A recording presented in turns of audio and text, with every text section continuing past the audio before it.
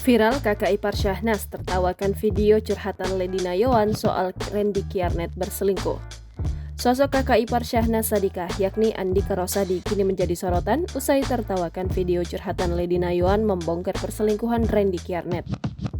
Andika Rosadi diketahui menuliskan emotikon tertawa di unggahan Instagram Richard Lee yang memperlihatkan video Lady Nayawan curhat soal perselingkuhan Randy Kiernet dan Syahnas dilansir dari channel YouTube Intens Investigasi pada Senin 26 Juni 2023.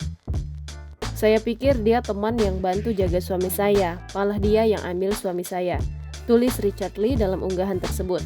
Komentar itu lantas menjadi sorotan banyak pihak, sebab saat itu Andika Rosadi memberikan komentar berupa emoji tertawa sehingga diduga seolah menertawakan sosok Lady Nayawan yang berselingkuh. Sejumlah pihak yang mengetahui hal tersebut sontak ramai memberikan komentar. Tak sedikit yang justru menyinggung sikap dari Andika Rosadi lantaran berkomentar seolah menertawakan sosok Lady Nayawan yang diselingkuhi Randy Kiernet dengan Syahnas.